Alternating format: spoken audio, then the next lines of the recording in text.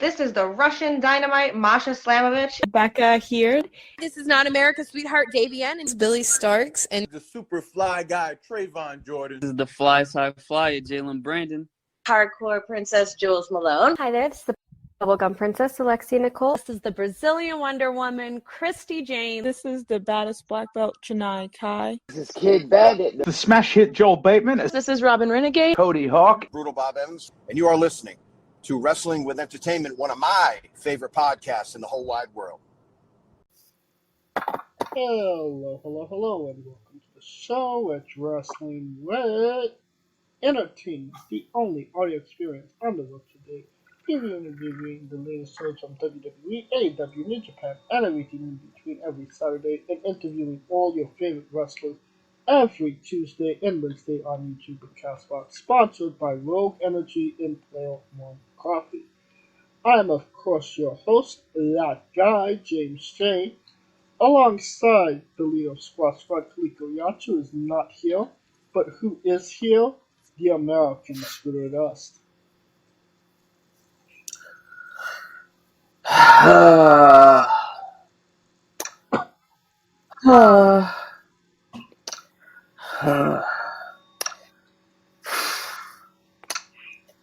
Well, I suppose. And before we start everything out, a quick shout out to our Wrestling with Madness Mania weekend that we had last week. Shout out to Pueblo Del Mar and Silas Mason for two incredible interviews. Jack Tomlinson and Dante Drago for making a return on Wrestling with Entertainment right before they won Tag Team Gold for the second time ever. So big congratulations to those guys, and one of our more interesting and fun watch-alongs for sure. And of course, this last Wednesday we had Sal Renaro on Sal the Pal. Cannot say enough great things about that interview. If you like how we interview people, that's definitely one you don't want to miss. It does not disappoint by any stretch of the imagination. Incredible stories told by Sal. Excuse me. This upcoming Tuesday and Wednesday, stay tuned on our Twitter handle at Wrestling with E for information on who we're interviewing, when we're interviewing them, and hopefully links to those interviews as well. Alright,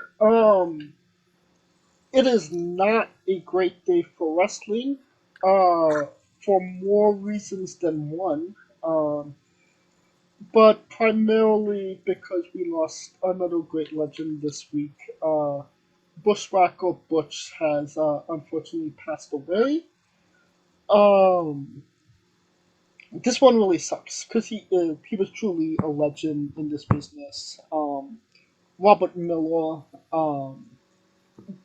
at the age of 78, passed away. Scooter, what can you say about the Bushwhackers?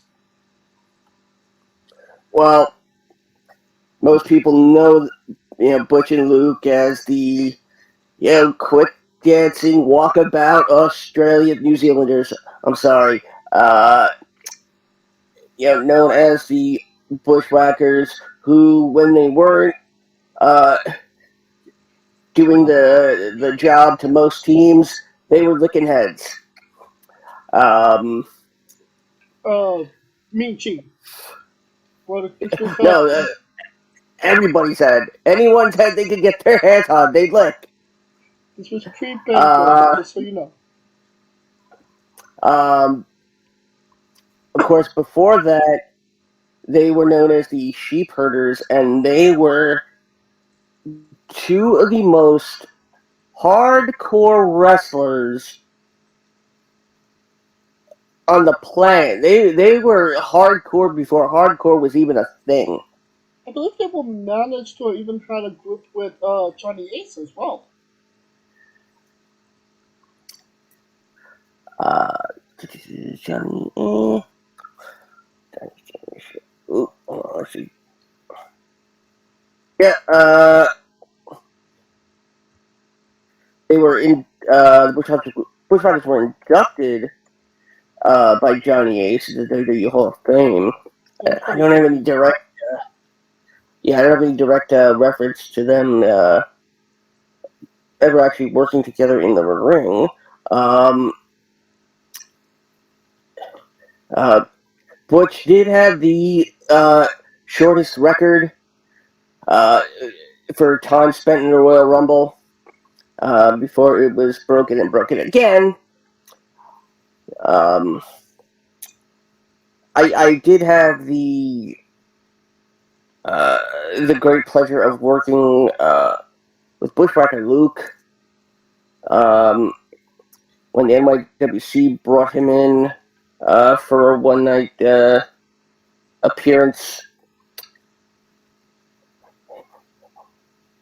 And when he was taking pictures, he lifted up the skirt of a woman who was taking pictures with him. Yeah. Nevertheless, if you always, used to do that arm swinging movement that the Hasbro figures did, and the catchy theme music, and literally the worst tag team finisher of all time. But you know what? They were super fun to watch. Without a doubt. And if you watched 80s pro wrestling, rest assured the Bushwhackers were probably on your TV. So, of course, our thoughts and prayers go out to the friends and families of Bushwacker Butch.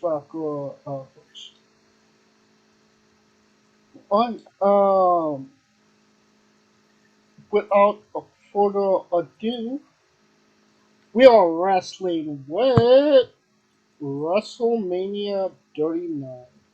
It was last Saturday and Sunday.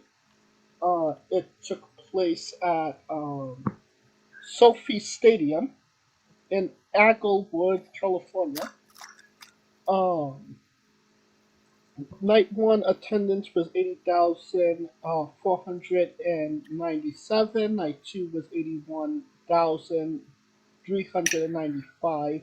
Combined 61,892, depending on who you ask, allegedly. And we are going to start with night one. We're not going to do the what do you think as a whole yet, because I think we all know what our thoughts on this show as a whole was. But let's get into it. Austin Theory defeated John Cena for the United to retain the WWE United States Championship in 11 minutes and 20 seconds. Honestly, pretty generic John Cena match. Nothing interesting or exciting happened. Just kind of going through the beats and motions. Your thoughts, Guido? Good match for what it was. Generic opener, in spite of the fact that it was Cena, and that maybe it should have felt like more. Did it do its purpose? I'm still debating that, whether Austin Theory beating Cena clean does anything for him. I mean, it didn't seem like it did anything for him. Honestly, I'd say last year getting stunned by Stone Cold was a bigger moment for Austin than for Theory Austin, not Austin Steve. Than this was for Theory, honestly. And I mean, they literally brought the little-known wrestler Kid Matanza to accompany John Cena just to see him lose.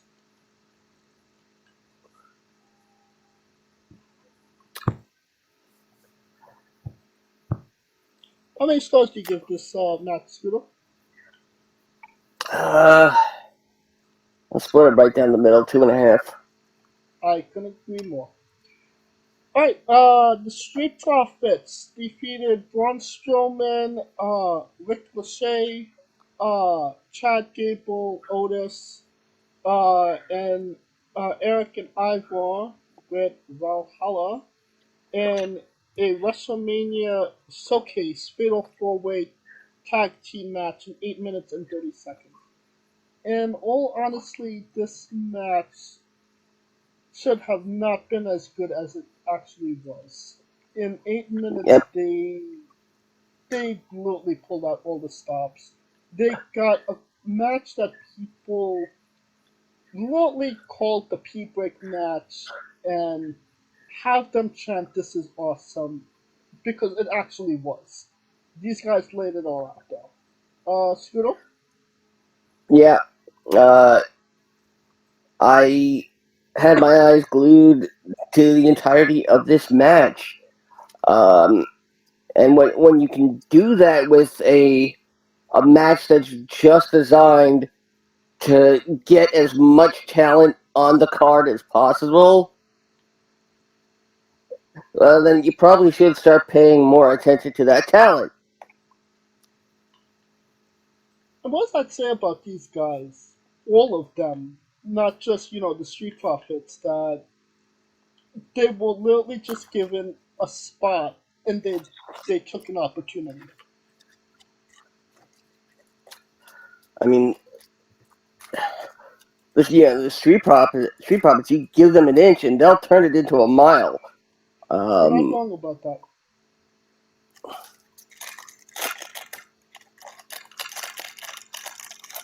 I think one of the unexpected Mania moments was Chad Gable doing that rolling chaos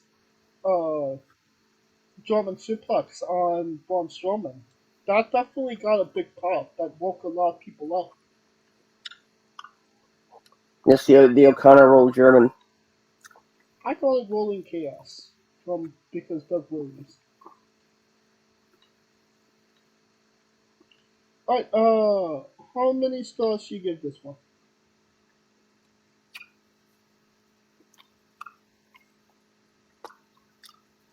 I want to give it 4. I'm going to give it 3.5, only because it felt like it was longer, but it was less than 10 minutes, so 3.5. Yeah, I'll give it 3.5 as well. Alright, Seth freaking Rollins defeated Logan Paul with KSI, in 16 minutes and 15 seconds. When Seth Rollins is in the ring, how do you expect it not to be a great match? Logan Paul, I hate this guy so much, but he's so freaking talented. He's so freaking talented that he's honestly so much. He's more athletic than a lot of the guys backstage, and he makes the buckshot lariat look so much more professional than Hangman Page that he should retire it. That being said, how sure were you that Jack Tomlinson was in that Battle of Fun? I wasn't sure. I thought honestly, I thought it was going to be Jake in there. But I mean, last week, or was it 2 weeks ago, where I brought up KSI,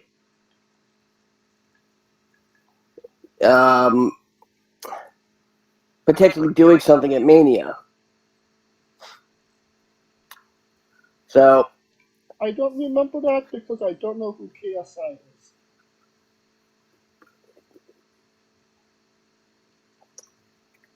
It's funny because there were a number of other YouTube personalities in attendance.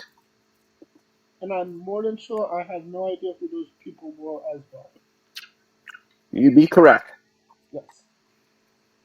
But yeah, Seth freaking Rollins. Having the Prime bottle be KSI and all the little absurdities, it just, honestly, it didn't take away, it just added to how great this match was. And dare I say, this might have been the best match on night one. But what say you, Scooter? How many stars you give it? I'll give it an easy 4. And I couldn't agree more. Cool. Alright, we got Trish Stratus, Lita, and Becky Lynch versus Damage Control. We got Io Sky, and on that form there was a Dakota Kai with a Barely here and a Dakota there, Io everywhere. What'd you think of the match? There was a match. I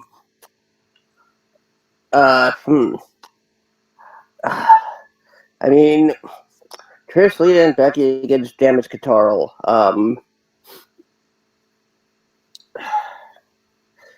Honestly, a waste of talent. Are you talking about Damage Control or Trish and Lita? Champions should never be in a 6-man tag match going into WrestleMania.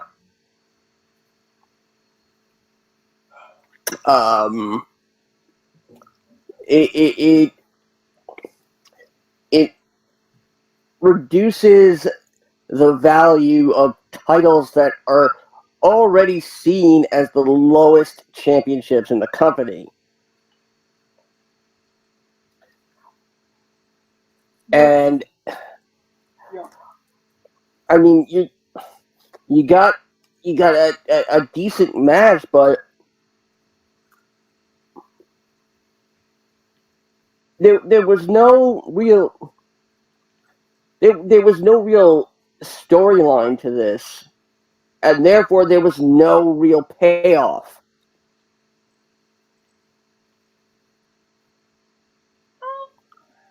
I kind of understand what you mean, but I mean, the tag team championships would have it mattered if it was in the showcase 4-way. I think we would probably care even less about this match if it was, or those titles. Honestly, I thought it was a good match. These girls beat the crap out of each other. Honestly, going back and watching it on TV because I was live there to watch it. It was actually a better match on TV than it was at the show. My feelings, anyway. Championship wise, I mean, nobody cares about those titles. And the payoff was that Damage Control and Becky Lynch are done, because that was kind of Lita and Trish were brought in to be backup for Becky. So in that regard, yeah, I think it was a payoff.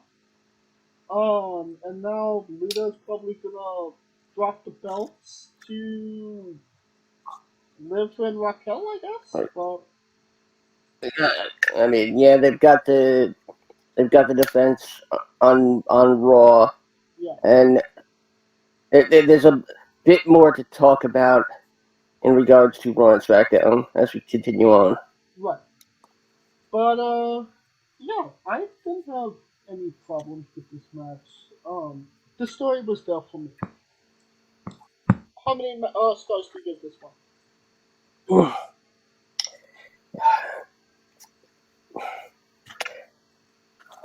I'll give it 3. I'll give it 3.5. Alright, we got Rey Mysterio versus Dominic Mysterio. Rey defeated Dom in 14 minutes and 55 seconds. Honestly, one of the more anticipated matches of the night. Maybe obviously this wasn't going to be Okada versus Omega in the Tokyo Dome, but it didn't need to be that. It was what it needed to be, and it was an entertaining match from start to finish. Lots of Gaga, interference by Bad Bunny, the family dynamic, and at the end of it, it was a cool little family moment for not just Ray, but his entire family. So, I really dug this, and whether you were there live or seeing it on TV, it hit all the same. Scooter, your thoughts? I liked it. I liked the fact that Dominic wasn't getting that Dominic's mom and Leah were not taking any more crap from him. I love the fact that we've got the Latino World Order back. Yeah.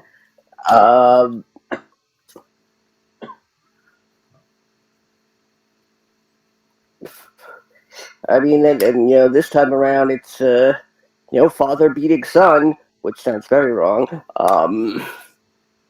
Oh, that was in the papers. It literally said father beats son at WrestleMania.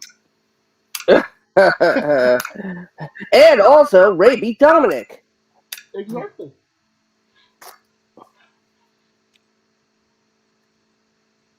Alright, how many stars do you give this? 3.5. And it is worth mentioning that Dominic probably had the best entrance anybody else had at WrestleMania. The whole coming from prison to have the match. Oh yeah, that's it. That's the other thing that I have to dock them for. Whoever did the the entrance video for Dominic didn't do their research because they used footage of the concentration camp at Auschwitz. Yeah. That's not cool. But I don't believe it was at the it was in the footage of the on the pre-show, but I don't believe it was used on the actual WrestleMania. No, show. yeah, it was not used on the actual Mania broadcast. Yeah. For everything I just said, I give it 4 stars because it was what it needed to be and so much more. Alright, Rhea Ripley defeated Charlotte Flair to capture the WWE SmackDown Women's Championship in 23 minutes and 35 seconds. Not the best match for either woman. I never felt like Rhea was on Charlotte's level the whole long way build up to this match, and then the match just kind of confirmed more to me that she wasn't on Charlotte's level at this point. But I understand that Charlotte is leaving at this point and needed to drop the belt to somebody, so obviously she did the right thing. But yeah, that's kind of I kind of felt like the match kind of fell flat in my opinion. But what say you, Sue? Oh, that it absolutely fell flat. In fact, I think I took 6 pee breaks. Six P's in 23 minutes? I have kidney problems. Hmm. And I blame that on Charlotte Flair. I think you should blame the Street Profits for having such a great match that you couldn't go pee during that match. Well, that's why that's why they bring out those solo cups. Solo Sokoa Cups? I mean, what, you think they always just wasted all that plastic? No. They gave them out to people in the front row and they could just, take a piss in them. So you're telling me Hey, don't look at me like that. Don't look at me like that, you listeners. So you're saying that Dominic spilled... No, we're not going there. Red Solo Cup. I just threw up on Dominic's mom. Cracking myself up. Will you stop it? Will you start it? How many stars do you give this match?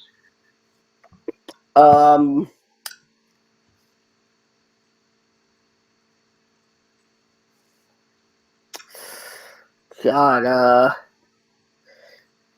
if negative infinity was a number, I'd probably give it that.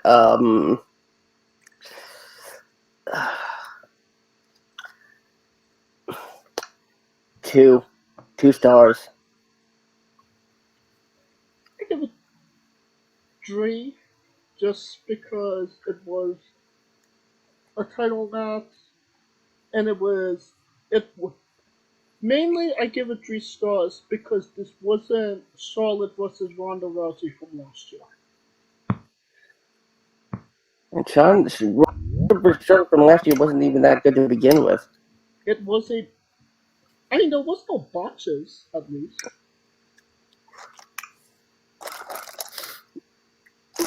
You gotta give them that. Alright, the next match. Pat McAfee defeated The Miz in 3 minutes and 40 seconds. What were your thoughts on this match? I told you he'd show up. And that's indeed he did. Unfortunately, it was at the show. I don't know if the crowd was just spent or they were expecting Lashley or LA Knight to do it, but he did not get the reaction that I thought he was going to get. And he tried to bring the crowd more into it, but it just seemed like the crowd wasn't into it. You know what I mean? Yeah, I mean, they weren't getting, it wasn't 7 Nation Army. Oh, that's true. But you were there, Kaliko. What are your thoughts? We're talking about Pat McAfee and The Miz. Ooh, man. The Rhea match. They wanted Rhea to win so bad, and the moment that Rhea won, people were already heading to the bathroom because they knew them, so they just wanted to get the shit out the way before they sat for the main event. So they wasn't using the Red Solo Cups? I mean, considering how that stadium was built, like the way that they laid it out was mad different. So, like, prime example, right? In Dallas, if you were in the risers, you got to go to the floor to go to the bathroom.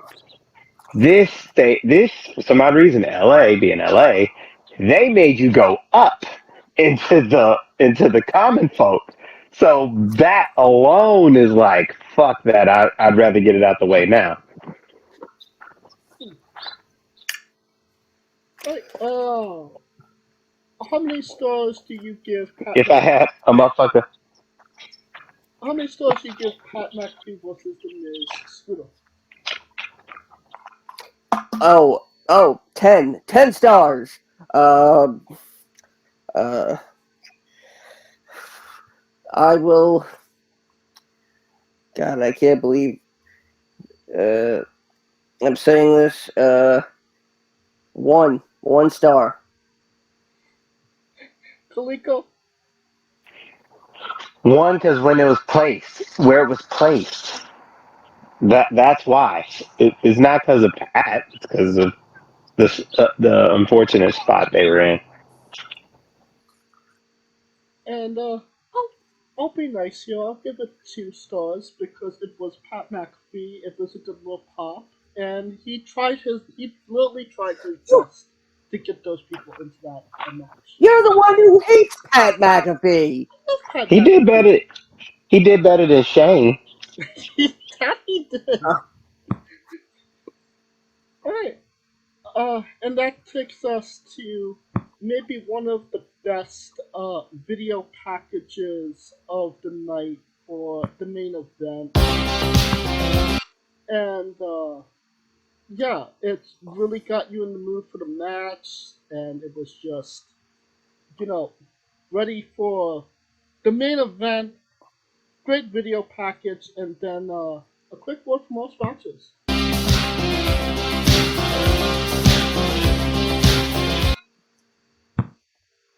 How how pissed off was you at that TurboTax commercial between the video package and the actual main event, Kaliko? Bro, that was the most pissing thing I've ever seen in my life. Like everybody knew it was like okay, and it wasn't because it was just a constant thing. It was like what the fuck? Like I didn't come here for commercials, nigga. Like I could have stayed at home if I knew I was coming for commercials. I mean, literally, it was right after they The get video the package, and because then everybody had their cameras out and they were ready, and fucking safety dance comes on. Like what the oh my god! And that was the worst thing that happened for the 2 nights. Alright, yeah. Kevin Owens and Sami Zayn defeated Jimmy and Jay the Usos to capture the undisputed WWE Tag Team Championships in 24 minutes and 15 seconds. This is why WrestleMania is 2 nights and why it works. Because these two guys wouldn't have gotten this opportunity, wouldn't have had got this opportunity, wouldn't have been considered for this opportunity if it wasn't 2 nights. It was a great match that told a great story, and it delivered on athleticism, the story, and at the end, a great moment. Kaliko, your thoughts?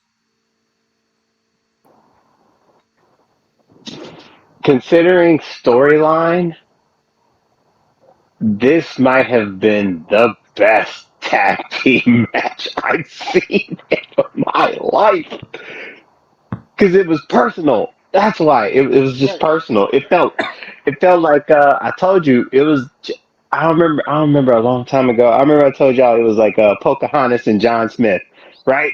Jay Uso was Pocahontas and he got his ass clipped. Yes. For some, got, got, got his ass clipped for trying to save the white boy. So hey, it happens. But as far as a match, I think I've never seen a crowd more invested at WrestleMania in a tag match in my life. As a matter of fact, there were people behind me who kind of knew the Usos because I was, and they were like, "I'm crying because this moment for them meant so much." I mean, who would But have ever thought that the Usos, a tag team, would ever main event WrestleMania? well, you know what was funny? The story. lent it that way. Right. Because I think I get why people were pissed about the Rhea thing, the Royal Rumble, blah blah blah. But the the way that this match went gave you the cliffhanger to go to night two. If It he made was you already invested in night invested, two. I suppose. I mean, that's what I thought anyway. What say you, Shooter?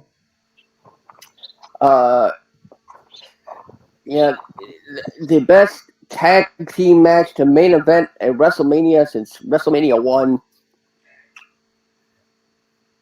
Yeah. It'll probably be another 39 years until we get another tag team main event. But yeah, it was personal. It was the start of the epilogue to this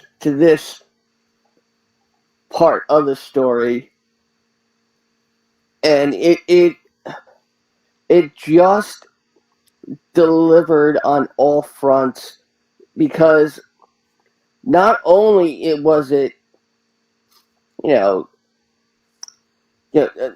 Sammy and Kevin ending the historic title reign of the Usos, it's two indie talents who, at one point, it was believed that they wouldn't get anywhere near the main event stage of WrestleMania. And it's that story that's come to the conclusion. The proof that Sami Zayn and Kevin Owens are where they belong. And I don't think Sami and Kevin can fall off main eventer status now unless booking does something really stupid.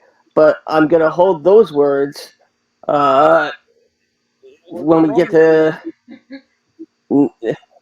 night two and everything, and Right. the stupid draft coming back. And I mean, but for Kevin Owens, this is two in a row. Right. So I think it was more for Sammy than because Owens main evented last year. But you could make the argument that Kevin Owens was put in that position because Stone Cold trusted him. This was earned by incredible storytelling, body of work, and not to dismiss what he did last year because it was incredible. But this kind of felt more of his moment rather than Stone Cold returning. You know what I mean?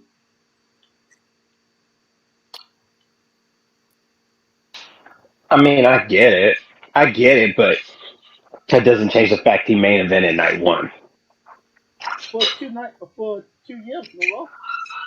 Mm-hmm. Yeah. So I think for Owens it was consistency, and for Sammy it was validation. Yes.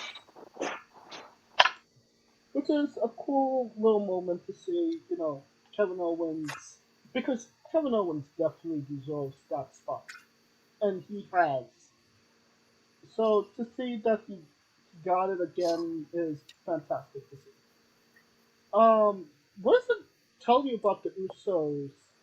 Because if they didn't make elevate those tag team championships to where they were when they defended them at this show, would they have been in this position to begin with? Um, I think it is the ultimate top of the building block, because I would say the New Day kind of made the tag team scene relevant, and the Usos played a role in that. So when the Usos are in that main event, it's basically carrying all of that prestige, that work that they put in onto the scene. Because keep in mind, like when you think of like the tag matches, the best tag matches in the last 10 years, it's usually like a New Day or a Uso involved. True. And this crazy to think that this is the first tag team match to main event WrestleMania since the first WrestleMania. Uh, Scooter, if the build up to Rhea and Charlotte was maybe a little bit more interesting than it actually was, would we still be saying, would we have still have seen Sammy and KO main event WrestleMania? Or would it have Yes. been? Oh, Yeah, there was no chance Rhea and Charlotte were going to uh, main event. you feel the same way, Kaliko? I think if we didn't have the Charlotte burnout, it might have been a different story because that story actually was a good story. Because that story was similar to, I could say that story of Rhea finding herself and getting to the top spot is akin to Kenny Omega finally getting to that top spot. Where they fucked it up was when she beat Asuka 2 years ago. So it didn't feel like she needed it, right? No, right. She needed Charlotte for validation, but she's already had the moment. But I kind of understand that. But it kind of felt like they were only going on the TP for 3 years ago at WrestleMania, and they wasn't adding any new shit to the table. And Yeah, they didn't add the emotional element of how she went through having to form a tag team with a former superhero and blah blah blah to become the person that she is now. So right, yeah, and they should have so did a better story. Charlotte's promos leading up to this were top tier, but Rhea just kind of fell short, in my opinion, when it came to building this the rivalry. And to me, if she maybe would have been a better promo during this time frame, we probably would be saying Rhea Ripley and Charlotte would have main evented. But I guess it just wasn't in the cards for them at this point. Well, but then again, they're going against the hottest story, Right. and that's where the debate is with this Royal Rumble. Because now it's like people are thinking, does the Royal Rumble even matter if you're not main eventing for the women's side? Well, I mean, the same could have been said about the men's like 10 years ago when Sheamus won the Royal Rumble and was literally the first match out of WrestleMania 28.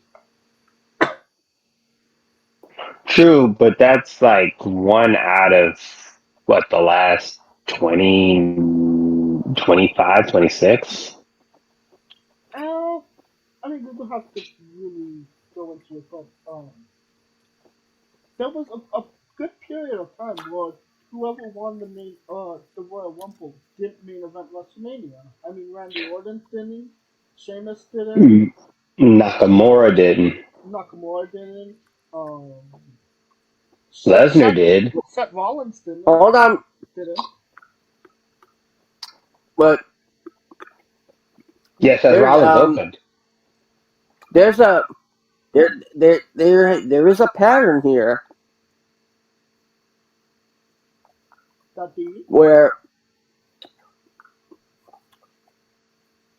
the last 3 years the women's Royal Rumble winners have won the titles. The men's have not. Yeah. Wait a minute, who won the men's Royal Rumble last year? Oh, Brock. Brock, Yeah. but he lost to Roman. The last person Which to made no win. sense because he won the Royal Rumble, won the title, lost to Roman. That was a whole fuck up. It was slightly convoluted. Yeah, the last person to win the men's Royal Rumble was McIntyre, and win the title. Yep. And go on to win the title, yeah. Yeah. All right. How many stars do you give Sammy and Owens versus the Usos? Scooter. 5. Kaliko. 30. Hey, it's not No, even the seriously. Tokyo. It's not in the That Tokyo moment, Dome. that moment when Sammy held Jay up, it was just like, oh my god. Like, right? The three haluva kicks were like, Yeah. bro. So yeah, 30.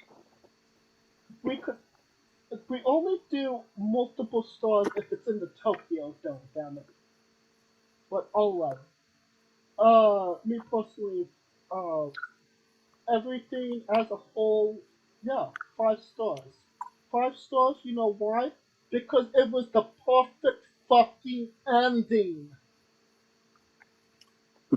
Alright, Kaliko, you wasn't here for the beginning of our review of WrestleMania Night 1. What did you think of the whole show as a whole, Night 1, at least? Well, when you say the worst match was John Cena, that tells you that it was a stacked night. I think night one will never be topped from top to bottom. That as far as like quality of the matches and even the stories, but it'll never be topped. I think that's the best night one they have ever had. Um, I don't know. Night 1 of these WrestleManias have honestly been better than Night 2. The last at least, what, 3 nights? The 3 years? Which kind of tell you, well, who was on Night 2? Well, you know who's on Night 2 for the last 3 years. But we'll get to that in, a couple minutes. But, what say you, Scooter? How did you feel about this so as a whole? I felt very optimistic.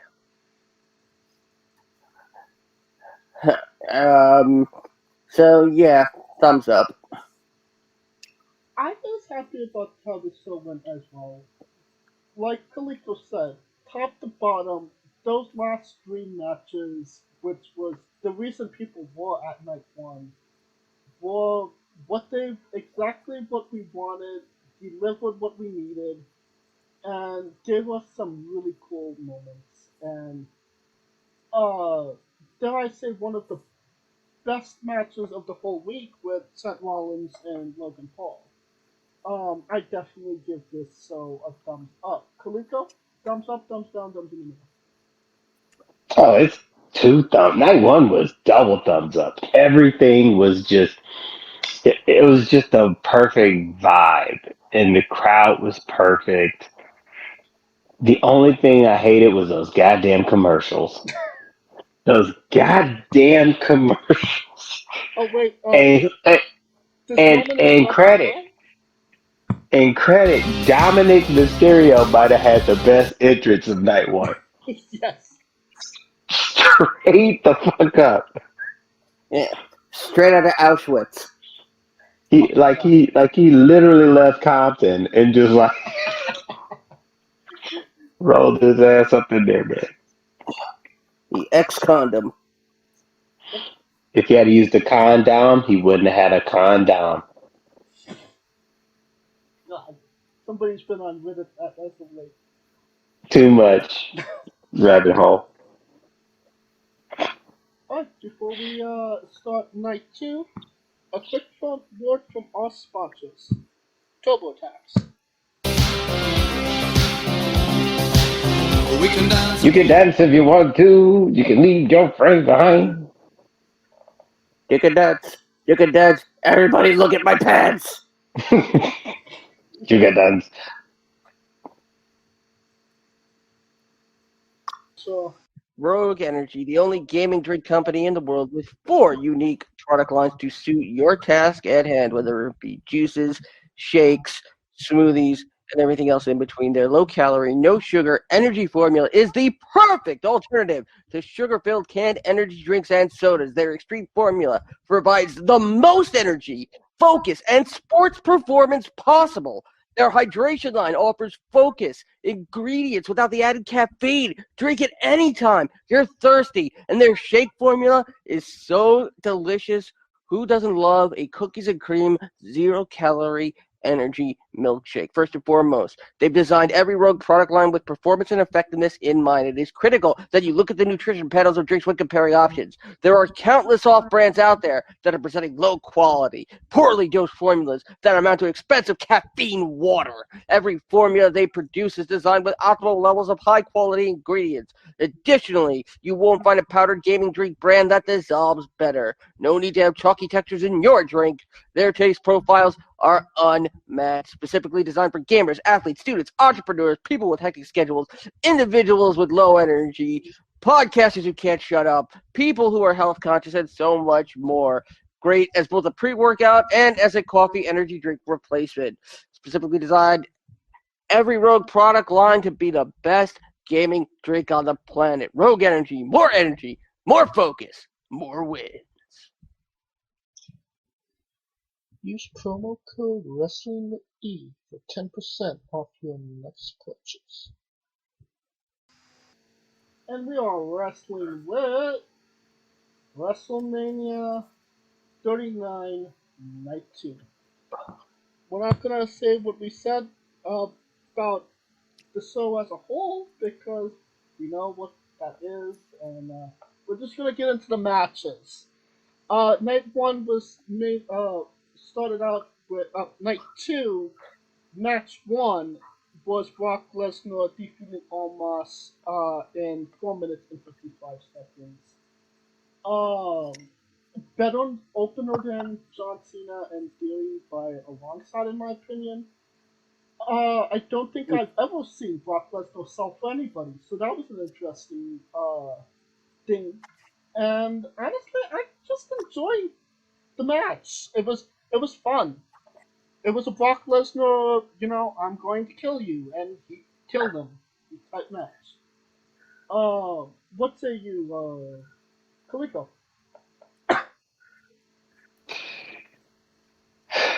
The only reason it made sense for Brock to win was if the Hurt Business was coming back, and I swear to God, I thought that was going to be the case.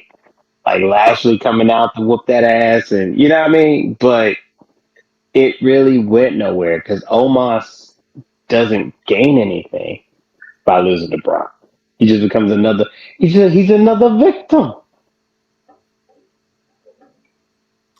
He's another victim.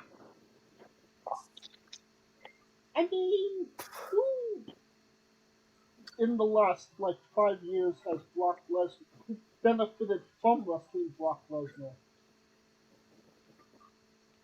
Seth. But then again, the last 5 years, 3 of them been Roman. Well, fucking 4 of them been Roman. 30 last year was Roman. The year before that was not Roman, was it? Who did Brock wrestle 37? Nobody, because Roman was. So, yeah, so you got to go back 36, Sheamus. Oh, not Sheamus, but Drew. 35, Seth, 34, Roman. 33 Goldberg, 32 33 Mox, Goldberg, 32. 31 Roman, 30 31 Roman, 30 Taker. You see what I'm saying? 28 Like no 29. one, 27 no one, 26 no one, 25 no one, 24 no one, 23 no one, 22 no one, 21 no one, 20 Goldberg, and 19 Kurt Angle. Like who benefited from in the last 5 years? Like Drew, maybe Drew and Seth, because Roman really didn't need it. It was just a confirmation that he's the man. Uh, Omos would have made something for him a little bit because I can't take Omos seriously. You a big ass dude and you can't whoop that little scrawny motherfucker. Granted, Brock ain't scrawny, but comparatively speaking, I mean, he beat Elias on Raw, so there's that, and he got really, hey, really, that match got a just as Elias, awesome. That match got a just as awesome champ in a fight forever. I mean, there is no higher compliment. Elias though. I mean, okay, all right. He should be dwarf. He should beat the shit out of Elias. I No mean, at offense, the end of the Elias. day, this match is only just for people to see Brock. Because people want to see, the entrance and the pyro and an F5. And that's what they delivered, and it didn't really need to be more than that, I thought personally. But what about you, Scooter? Yeah, this was to me this was complete and utter crap. Um, at no point did Omos ever look like he was going to be able to beat Brock, and that's something when the literal biggest guy in your company Can't look like he can beat somebody. Exactly. yeah. I mean, the fact that they went with this at all at WrestleMania surprised the hell out of me. Yeah, because I still refuse to believe that this was what they had originally wanted. I mean, it wasn't, but,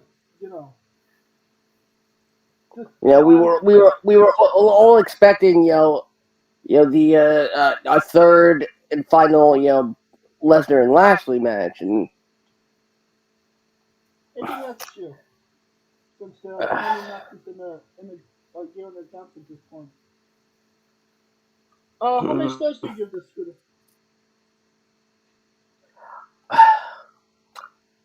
half a star. Kalito? 1/10 of a star.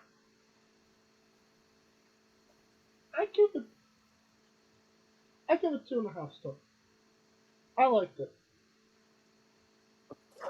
All right.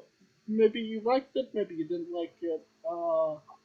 We got an appearance from the Andre the Giant Memorial Battle Royal winner Bobby fucking Lashley. And what a pop did he get, Kalito? No. Yeah, because his original opponent kind of got fucked up. Oh yeah, all things considered. One thing about if Bill really has nothing for him to do.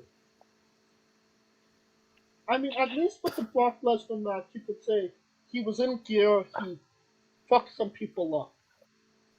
You can't say that about Bobby Lashley. He literally did nothing. True. People loved it though. People loved him. So I feel like I liked him a little bit more on SmackDown and Raw, but I could have done without him at Mania.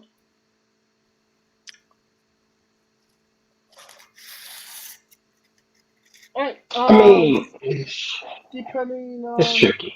who you what you feel about this next match, Ronda Rousey and Shayna Baszler defeated Liv Morgan, Raquel Gonzalez, Natalia, Shotzi, Chelsea Green, and Sonya Deville in 8 minutes and 25 seconds in the women's WrestleMania Showcase match.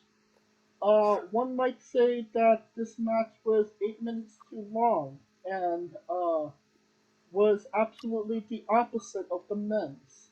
What say you, Scooter? Yeah, Yeah, there's no other way to put this aside from fuck Ronda Rousey. Kaliko? I mean, it was just to put over the MMA gals. I mean, Raquel got a nice pop, but it's LA, so I expect the Vatos to go all crazy for Raquel. I mean, did one actually take a bump, or did she literally just slap on the arm bar and won the match? Because that's how it felt. That's how quick it felt. Yeah. Yeah. felt quick. Yeah. Alright, how many stars do you give this one, Scooter?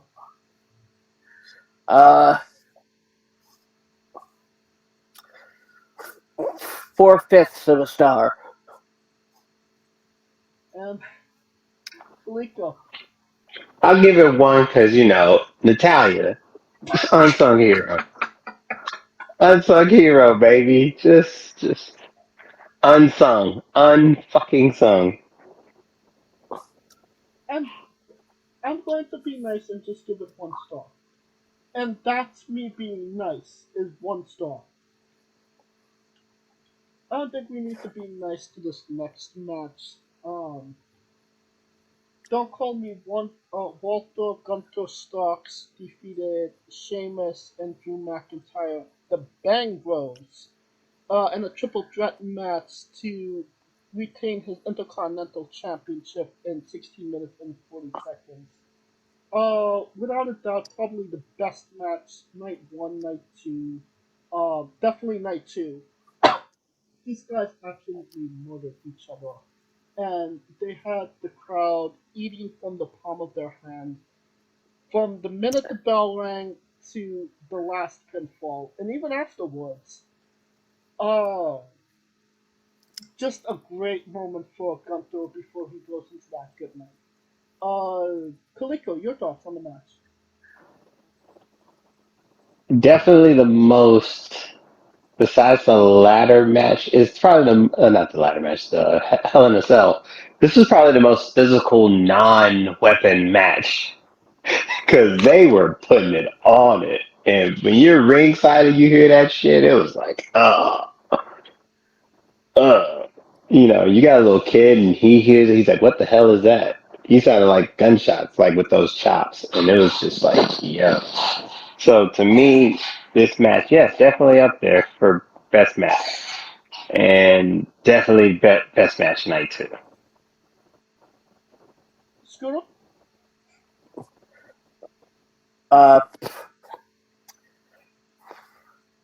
Yeah, 4 stars. I'm giving 4. I give it. You know what? 4.5. Kaliko?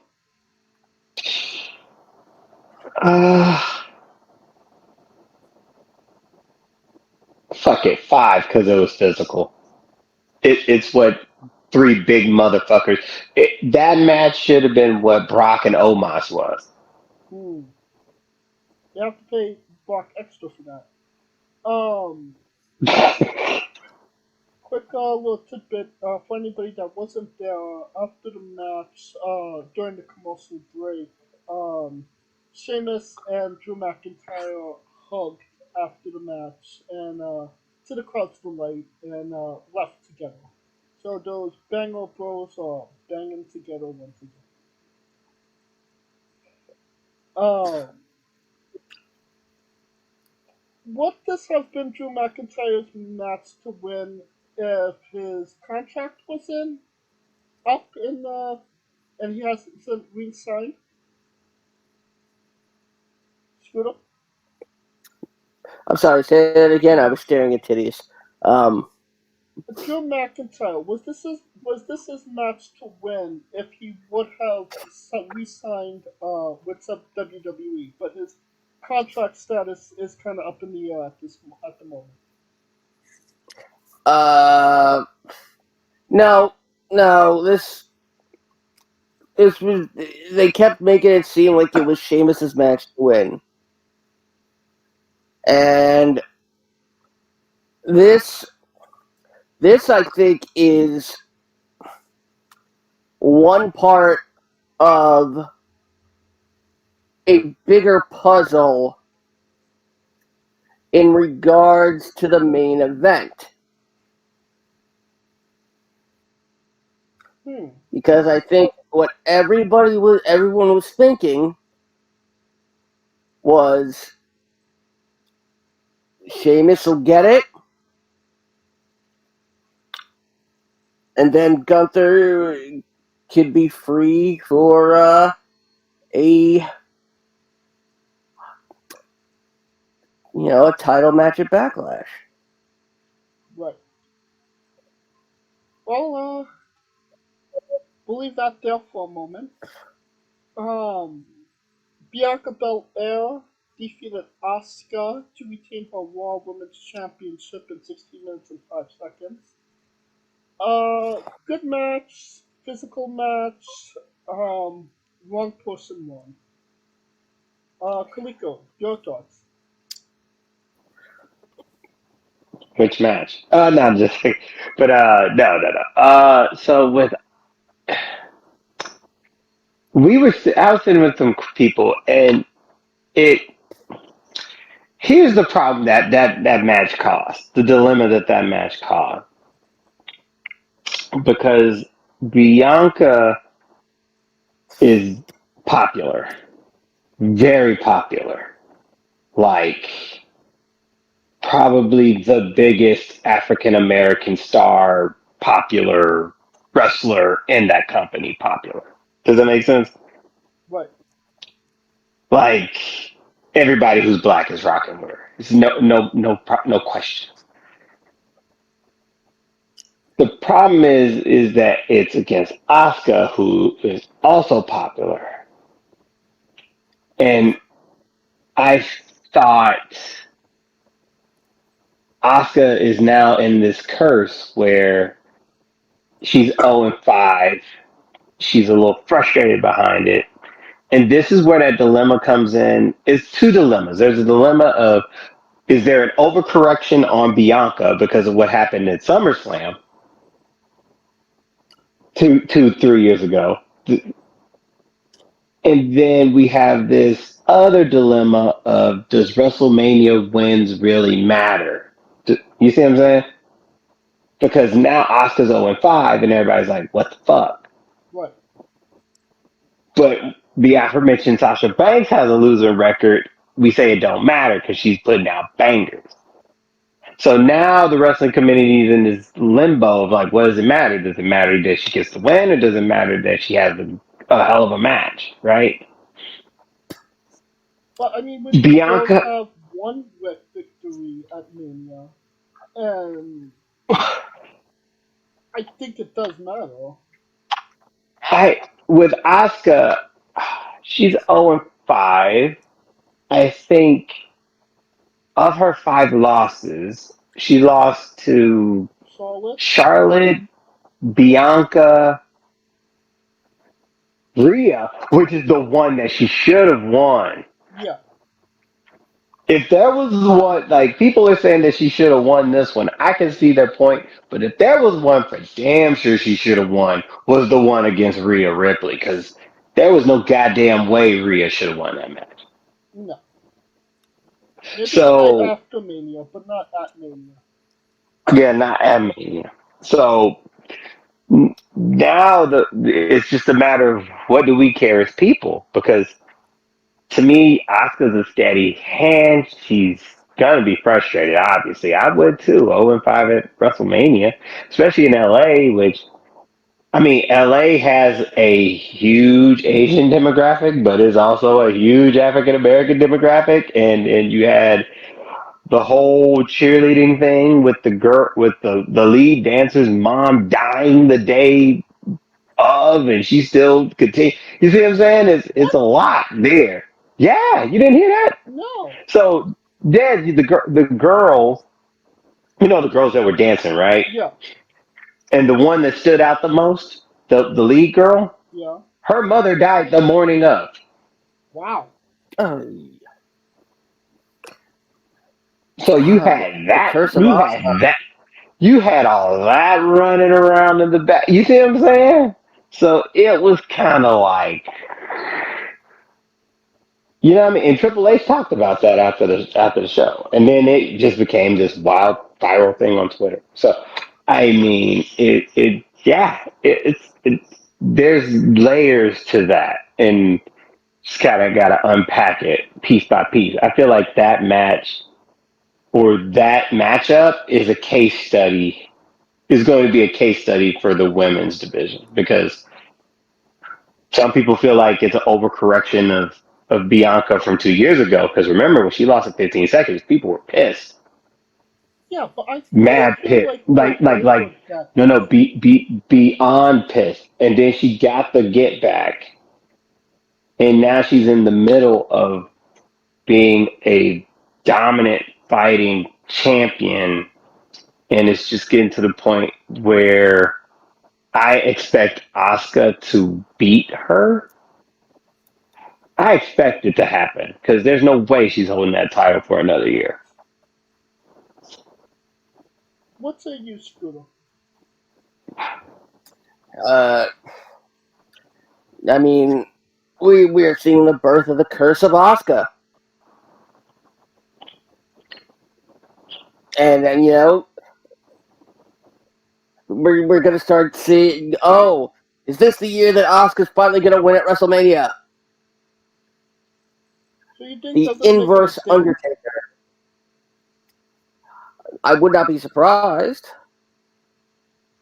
I mean, at this point, she is one of the most decorated women in WWE today. The only thing she hasn't done was win at WrestleMania. Which to her is probably the biggest thing because I can't think of the last Japanese wrestler that won a title at WrestleMania other than Taka Michinoku, baby. I was gonna say Taka Michinoku. You know what I'm saying? Like, so it kind of matters, and that's another thing. There's a culture layer to it, so it's a lot of layers in that matchup. But I thought Asuka was gonna win. my personal problem with it is if you're gonna lose it with grace at a show like Mania to somebody like Asuka. Because at this point, who could Bianca really lose it to? I mean, Asuka, yeah, but like the moment's gone now. It's not gonna be. nah, Asuka's won nah. titles before. It's not going to. The moment was WrestleMania. It wasn't winning the championship. She could collect belts at 364 days out of the year, but if she doesn't do it at the biggest show, it really doesn't matter. I honestly don't think. But I think Asuka could come back via winning Queen of the Ring, getting the title shot at SummerSlam, them doing a do over, and Philly and her beating that ass. But that would mean Bianca would have to hold the title for another 365, and I'm really No, Asuka wins at SummerSlam, Oh, okay. gets the payback. Then Mania's the payback. But then Asuka wins again at Mania. Asuka finally gets the win at Mania. Hmm. Because I feel like if there were three matches, she's 0-5. I think she should have beat Bianca. She should have beat Rhea. And I think she could have beat Charlotte. Charlotte should have, you know, when that was started the curse of Asuka. Yes. Because Asuka was whooping that ass until she lost to the old white girl. And then she lost Now, to don't get me Carmella. wrong. I like Charlotte. Then she lost to Charlotte. Yeah. Carmella. Oh, Jesus. Yeah. Lost to Carmella. Yeah. But that one lost her aura because she had an aura about her. You're not Like, wrong. I'll fuck a bitch up, like, type vibe. Alright, Kaliko, how many stars do you give this one? 3.5. It was solid. Bianca won. It was an overcorrection. Shout out to the girl who lost her mom. That must have been tough to try to keep that show going. So it's understandable. Scooter, how many stars do you give this one? I'll be nice and give it 3. I'll agree with Kaliko and give it 3.5. Alright, next match. Shane McMahon versus The Miz. It lasted maybe 30 seconds. He went for a leapfrog and then just didn't get back up. And did he? The question is, was he doing an impersonation of Vince or Kevin Nash? I don't know, but I mean, at the time, you should have laughed because he could have seriously got hurt, and he did get seriously hurt. But He had surgery, man. But I mean, it was just so. I mean, just coming down the ramp, he was out of breath. I mean, at the show, he looked a lot not in the best of shape. On TV, he looked a little bit better, but that could have been Photoshop. I mean, he was round. That's a shape. Indeed. I mean, well, I think we're gonna. I think they're finally gonna. I think they're finally gonna change the team, and I think the perfect caption for this would be, "There goes the money." Right to rehab, yeah. The money goes to rehab. But his surgery is successful. But that led us to getting a match, another match with a Hall of Famer. Indeed. The impromptu match was impromptu led to another impromptu match, and that was Snoop Dogg defeating The Miz in 2 minutes and 20 seconds. He won the match with a people's elbow. You know what? So, Snoop Dogg, I gotta fucking hand it to him. He handled that beautifully. He saw that Shane was down, he was injured, something needed to happen. He needed to make the people happy again, and he delivered. 2 punches and a people's elbow, and he defeated The Miz. It was honestly, it was a great moment. Yeah, and that literally was all Snoop Dogg. Yes. Yeah, it's very rare when anything gets improvised on WWE TV. It's even more rare when it gets improvised on a pay-per-view at all. Or a SmackDown at this point. And with everything going on, I'm wondering if Snoop was like, "Oh God, I don't want to, make these people have to suffer through, the piece of shit growing on Vince's upper lip."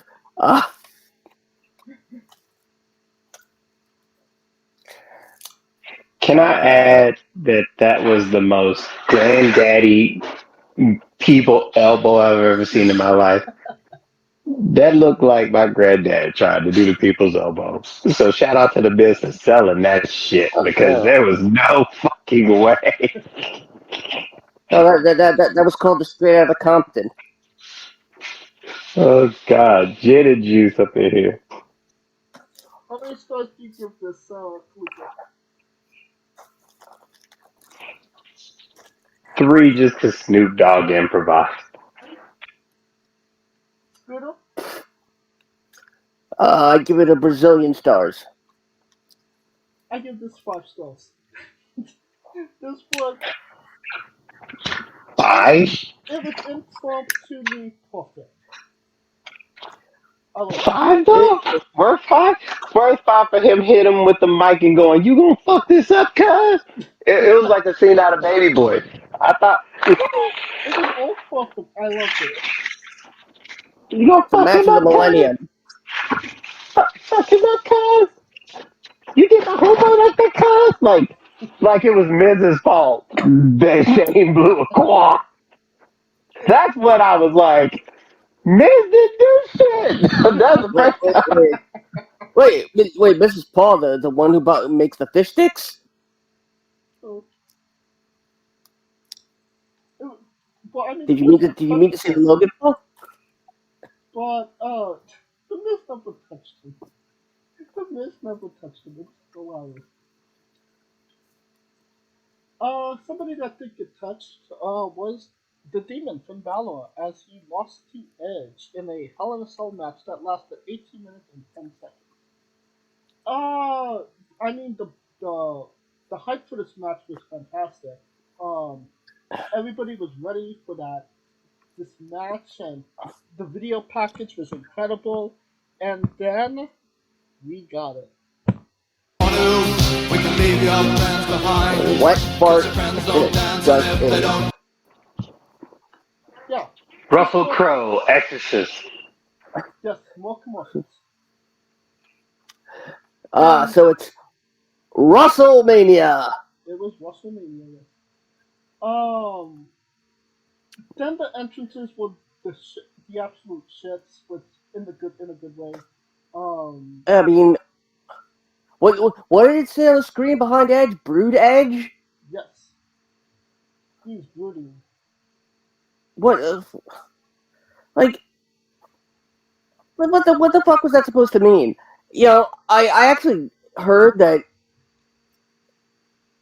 Gangrel was actually going to come out with him. At one point, I thought Gangrel and Christian were going to help him in the match.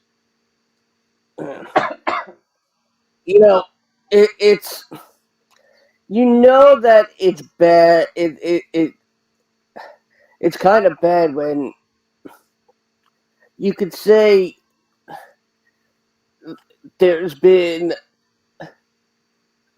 you know, that there have been less boring Hell in a Cell matches, even in 1999. Well, I mean, a man was literally hanged in 1999. Which ironically, that one also involved Edge. Yeah, it did. He put the noose into the cage. Yeah, unfortunately, Balor got cut above his head, fairly soon into the match. Afterwards, the match never really recovered. I'll give them an A for effort for trying to get the crowd back into it, but it never seemed like it was ever the same after that lateral shot to Balor's head. Kaliko, you agree?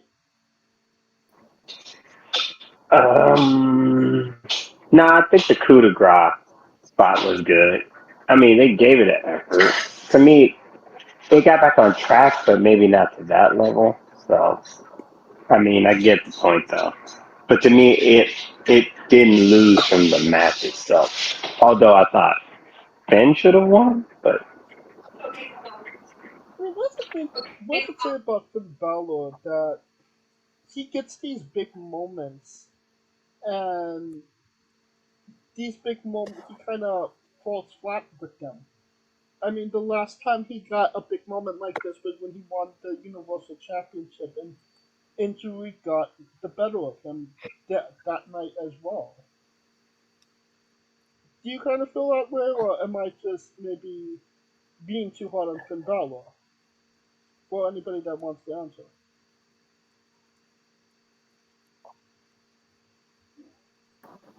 I think him as the demon needs to go. The last couple times he hasn't gotten a win with it, so it's kind of purposeless. I mean, the last two times. This time in the Roman match. So two. Yeah, but Finn's in that point where it's like Where does he go from here? I mean, true, but is Finn Balor really all that interesting if he doesn't have the demon persona in the back of his head? I think he's interesting because he founded the Bullet Club. I think that's what people like. I mean, there's literally no more Bullet Club. I mean, at this point,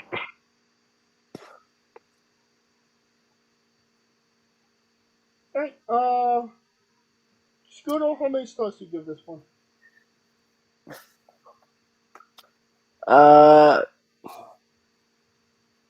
don't know. I think I think the jury is hung on that one. I'll give it 3. Kaliko? 3. I agree. 3.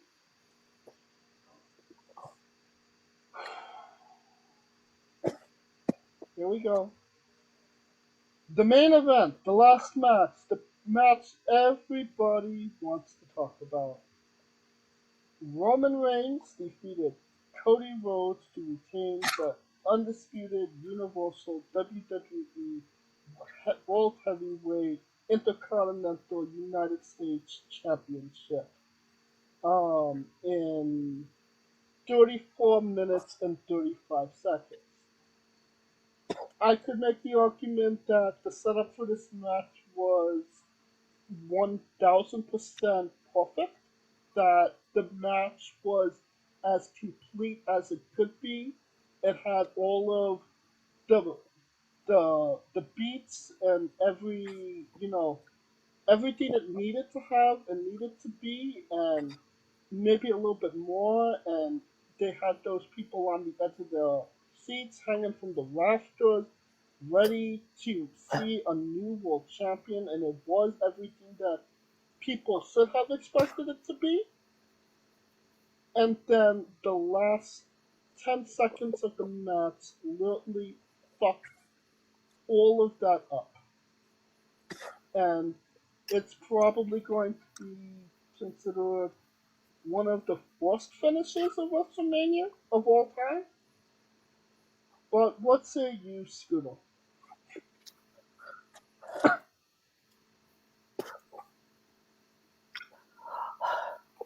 I want to scream right now. I want to scream at the fact that nothing fucking changes. They give you a little taste, and let's face it, we're crack whores, baby. And WWE is the fucking crack. Give you a little taste, they get you hooked.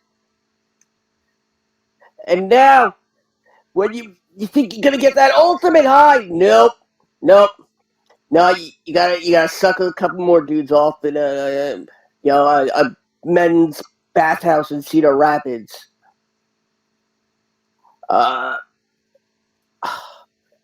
Like, was it Triple H remembering that Cody smashed the throne? Was this supposed to be humbling? I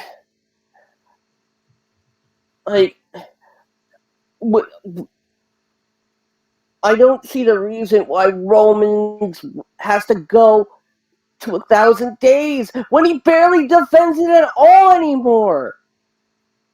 And there's nobody that he could defend it against that people are like, oh, I could see this person actually beating him. Like, we would literally have to bring like Godzilla into existence just to beat Roman. Hell, Roman probably wouldn't even jump to the actual Superman.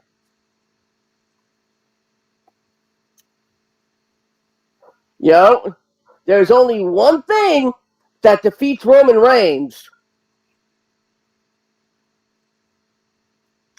All right, two things. And one of them is Seth Rollins. But the other thing... It's true, Seth Rollins has not... He hasn't lost to Seth Rollins, has he? Yeah, he has. No, but he's lost to... he hasn't beaten Seth Rollins. Roman hasn't beat Seth one-on-one. No, he hasn't. No. Yeah, there's only one other thing that can truly beat Roman Reigns clean, and since it's not an actual person, we can't put the title on it. Georgia Bulldogs, because he never beat the Georgia Bulldogs. No, those are people. Technically, it's a team. Well, I mean, I suppose. So if we stuck somebody with a gimmick. Hold on, let me finish this, please.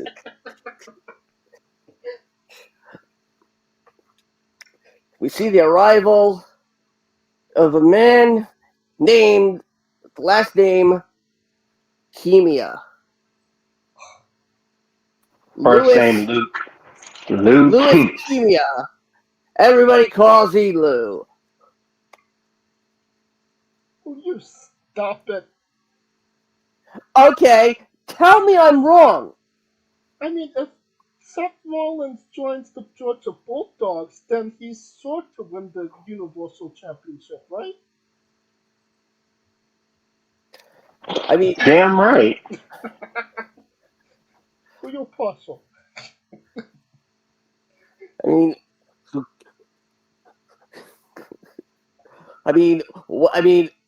you know what? Maybe even so, because once Roman put leukemia in remission, there was no stopping him now. And then we got this Roman Reigns. Like, I mean, he's Shelton Benjamin now. Hold on. Like, can we like do a Frankenstein job and dig up the corpse of Andre? Oh God. And reanimate him? Papa Shango?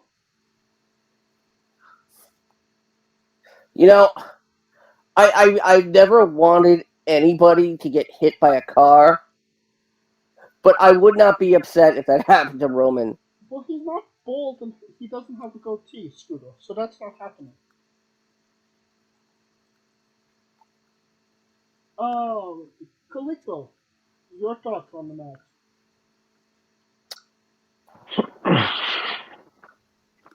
When I first saw this, well, first of all, I thought that match had too many interferences.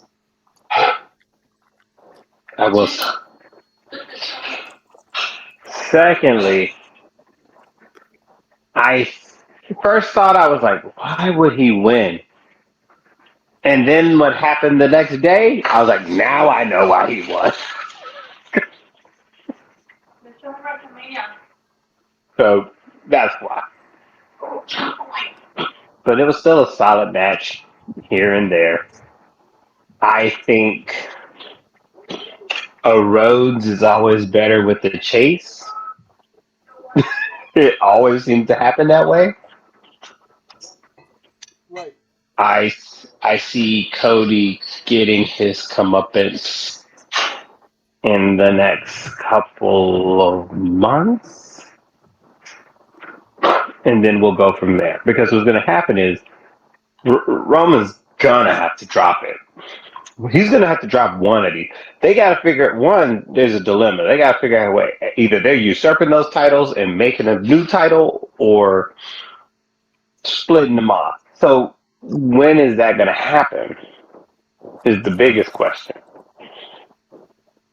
Because he'll get his 1,000. Fine. Whatever. Give him the 1,000. Put him in there because that in the minds of Vince will make him think that he's the greatest superstar, so whatever, of all time, right? Of the modern era. But eventually, the story has to come where the king falls. And the question is, now we're in that point where people are just trying to dictate it, and I would just say, Mania, it should have happened. I agree with everybody else on that. I also understand that there's another story to be told in this bloodline that they still got some layers to get to it because I don't think and everybody's thinking, well, who's going to beat him? It may not be that somebody from without. Mm. It might be somebody from within. Well, it's not. It's not going to be Jay based on what happened on SmackDown last night. Well, it won't be Jay. There's only one person who could actually challenge him, who hasn't said shit, hasn't done shit. He's only done shit but never said shit. Naomi. Now she was at Wale Mania, man.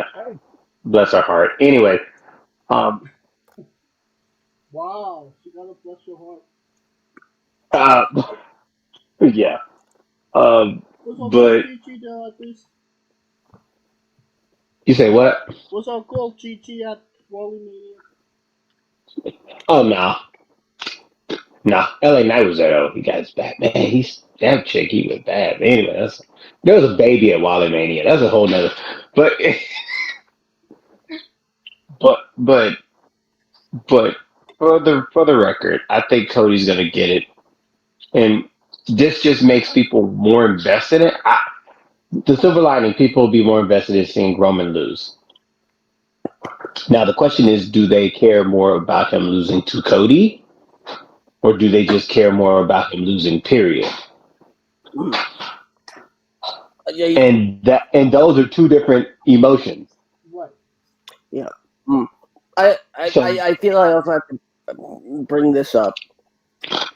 Okay, we're putting Roman in the group of the longest reigning champions in history: Hogan, Backlund, San Martino. And what is the one main difference between Roman and those three?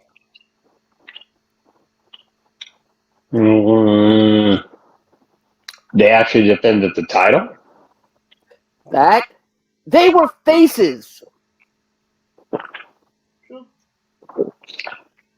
But you can make the argument that faces and heels are not really the thing. It's blurred.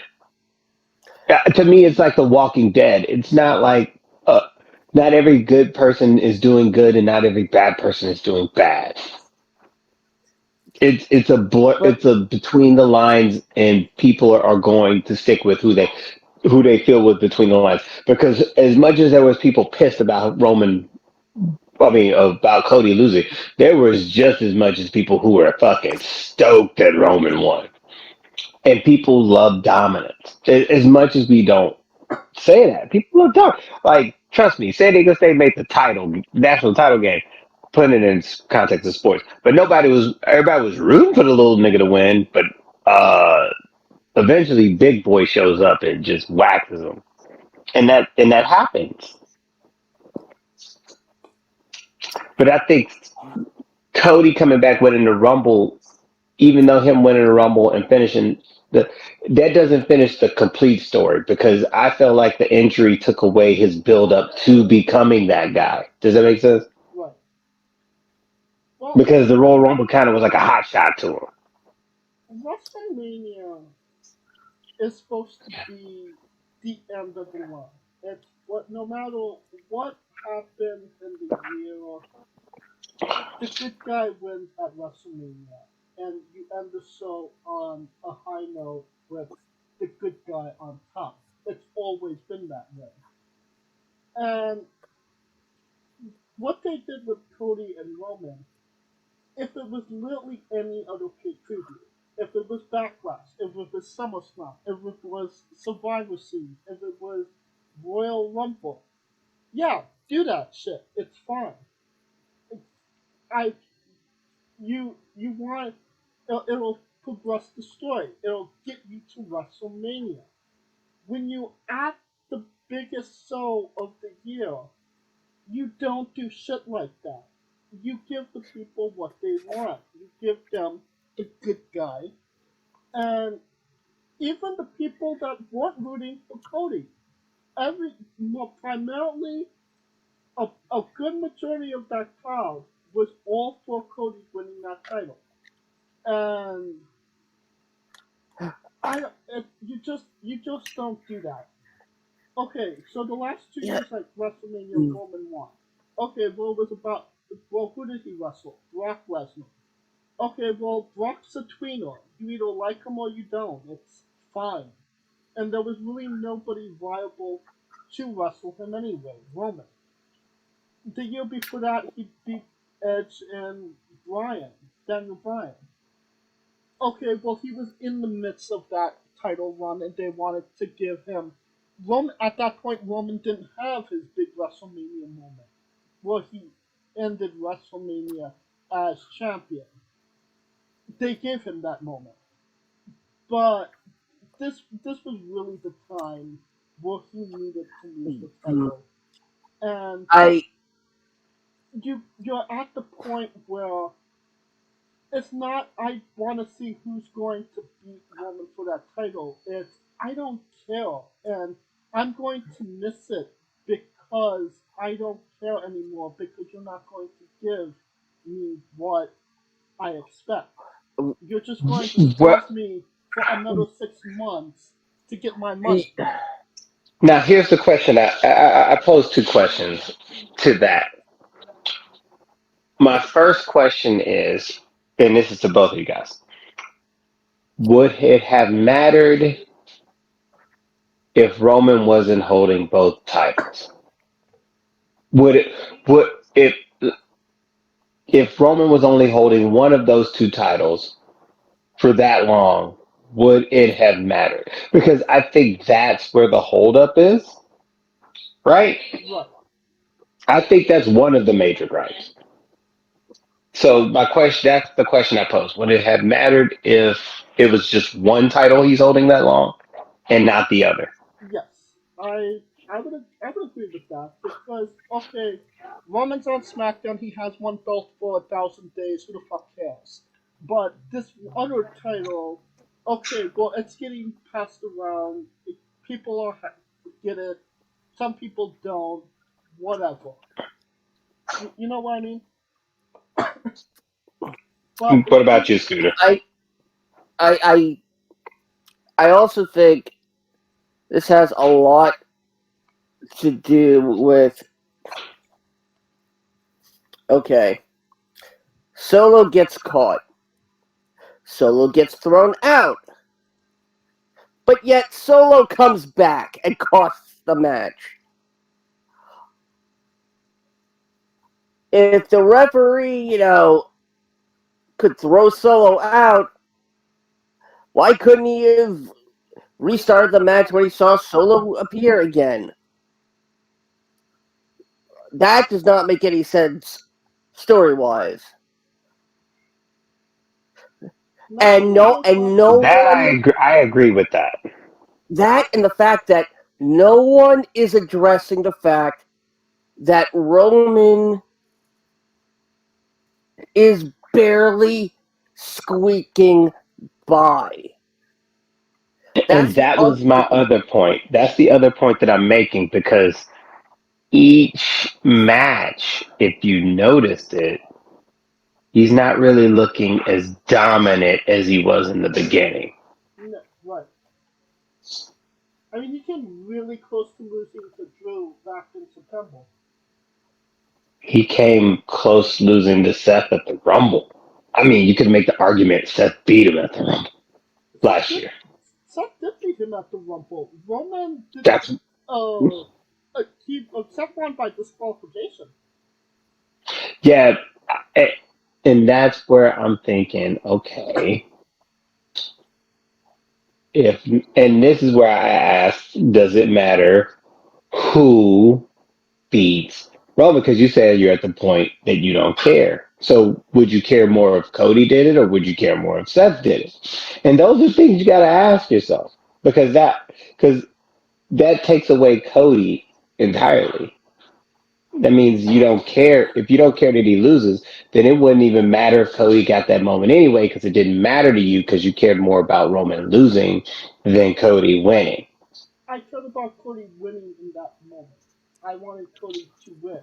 but if they're just joking you along to where, oh, if they're, where it's, okay, we're going to tease, we're going to give it to him, and then we pull it away. It's like Daniel Bryan. And then, instead of getting the WrestleMania 30 moment where he beat the wall, they decide to go with Batista. You know what I mean? I get it. I I'm want them just to giving say, you the. give us Cody. And then Batista comes in and they said, oh, well, we're going to give it to Batista. And then completely forget about Cody and then shit on Cody for another year and a half. I don't think Cody's gonna get shit on for another year and a half though, Yeah, just give because it to Noam Dar. no, oh yeah, give it to and bring back Alicia. Oh, I loved when he said that. Everybody did. But I mean, that's why I look at it. I see all the angles. So I was there. I mean, I wasn't crying when Cody lost the belt because I was too busy fighting with security for my fucking WrestleMania chair. But that's a whole nother thing. And, I got my show for free on night 2. you say what? I got my show for free on night 2. Oh, I got him too. I got the set. And that set. I love it. So do And my I. son made 100. It's pretty dope. Anyway. But anywho's, that's why I just said it. I just hope people care about who he loses it to rather than him just losing for the sake of losing. Because that's where it gets to the point where if you get it to the point where you just care to see him lose, then more people are going to be more invested to see him lose. A la Mayweather. Because that's what Mayweather does. He baits you into thinking he's going to get his ass whooped, and then he gets you committed, and then he proceeds to beat that ass. Right. And we're getting to the point where people aren't going to care either way, whether he wins or loses. Because I mean, my brother was next to me. Fucking, you would have thought fucking he hit the lotto. I said that Roman won. I swear to God, like, just saying. Alright, Scooter, how many stars you give this match?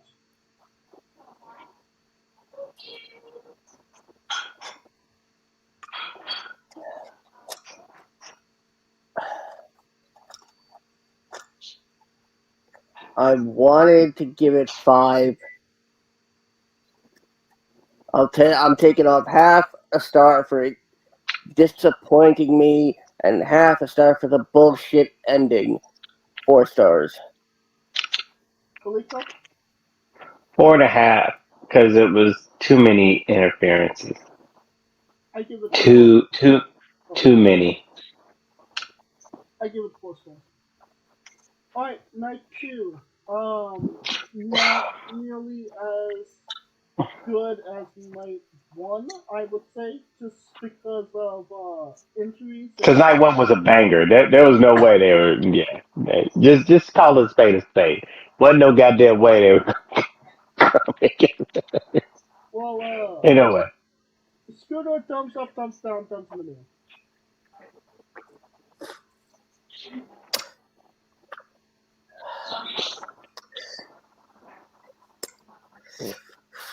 One thumb up the ass, 2 knuckles deep. Damn. Kaliko, night 2. The laziest of lazy thumbs, 3/4 thumb, a la Orange Cassidy. So basically, like that lazy thumb up, but it's kind of like barely up. Yes, I agree. I give it Orange Cassidy thumbs up as well. That being said, night 1, night 2, which one was better, Scooter? Night 1. Kaliko? Do we really have to ask that question? Just for confirmation. I mean, I don't. If night one was just a WrestleMania in itself, it probably would be the one of the best WrestleManias of all time. You might not be wrong about that.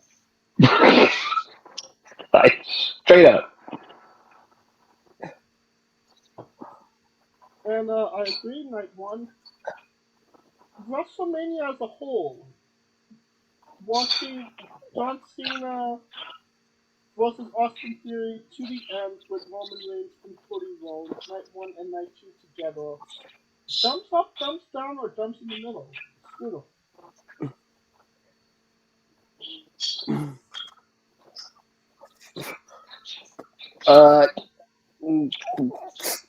Two severed thumbs up. Kaliko.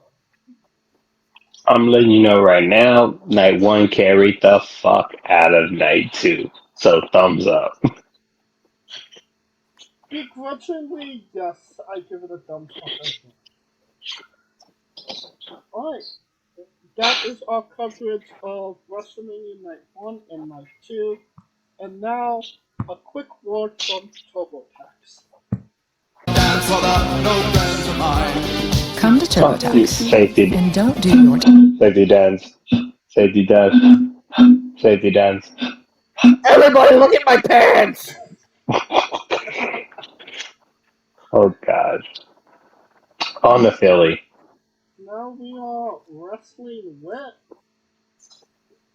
WWE gets sold to Endeavor. It happened night 2 of WrestleMania. It was announced the next night on Raw. Yeah.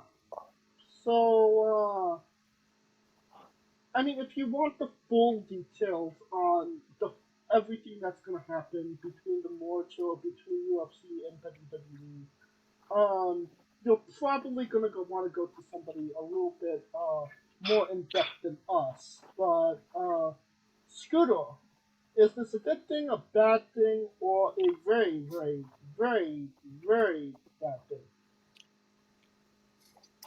Oh god. First of all, before we get into it, I think I want to say this before we get into this because we're never going to stop talking about this. The draft is coming back, and again, from the word of Triple H, every superstar is eligible, including NXT, Performance Center, even dead ones. Oh my god. So that means that Daniel Stevenson's gonna finally be on Raw? Or Gabe Stevenson. Jesus Christ. Chad Gable Stevenson. Chad Gable Stevenson. There we go. I like that. Chad Gable Stevenson. Stevenson, not Stevenson. There's no way.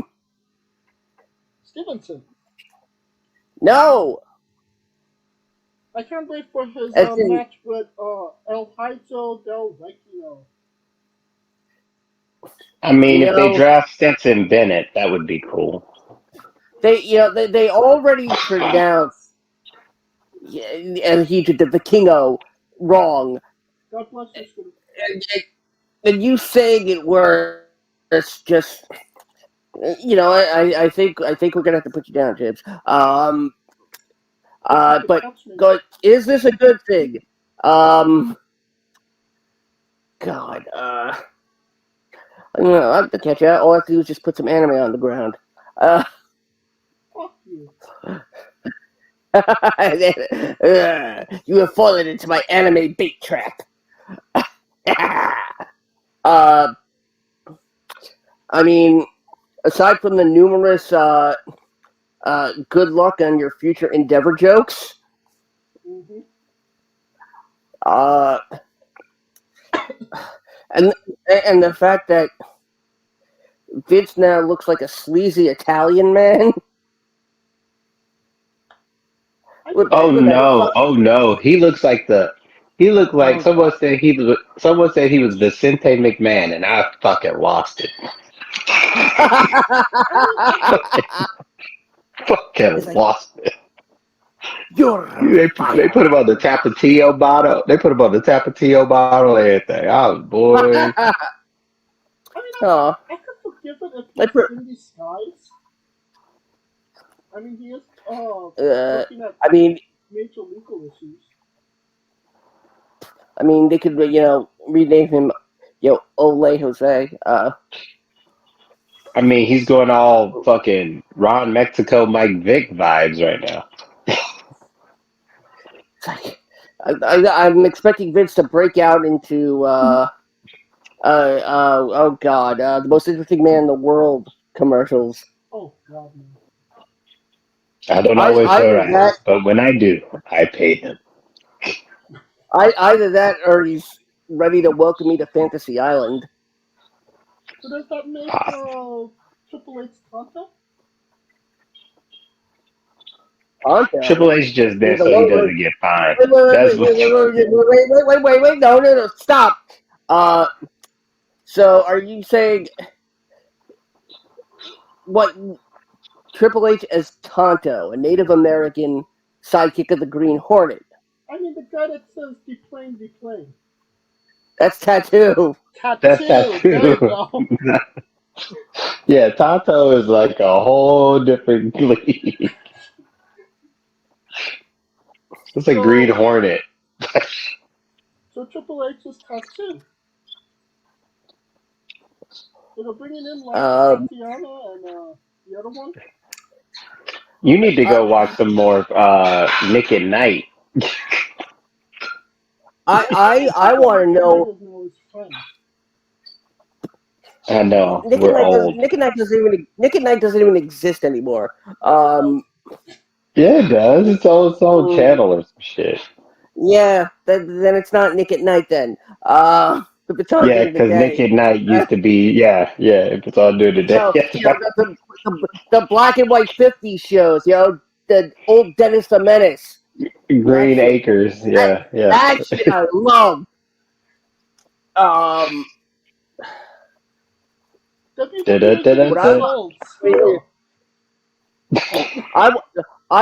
want to know if this means that we're going to be seeing more of that Dana White slap fighting league on WWE TV. Ooh. I paid to see Walter slap some bitches. I mean, You say not bitches, but dudes. I mean, considering Dana White's relationship with Tony Khan in AEW,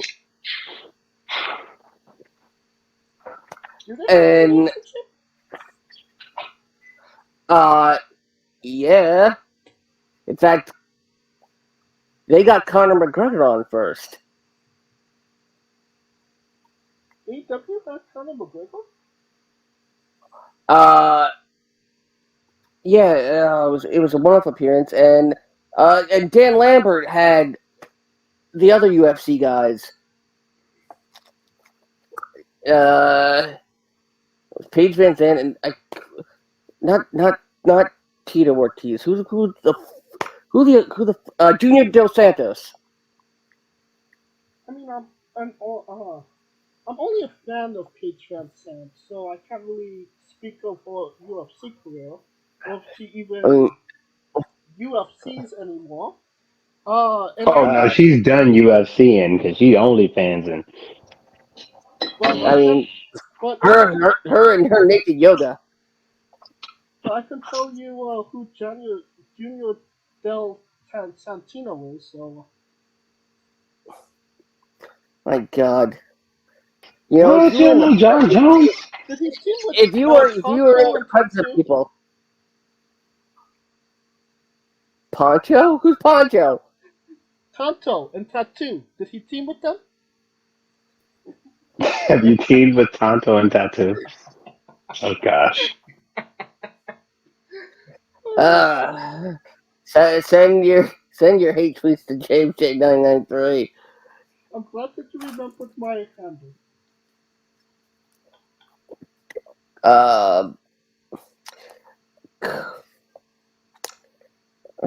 Okay, Endeavor owns 49%, or no, 51%. And Nick Khan's gonna be the president. And I think Vince had to give up more just so Shane could get his quad reattached. Yes.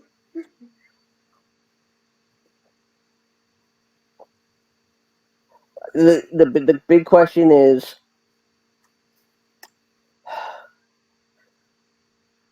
Vince back full time in the position where we didn't want him? And two, does anyone at Endeavor have their own plans? Could Endeavor be the possible saving grace for WWE television storylines?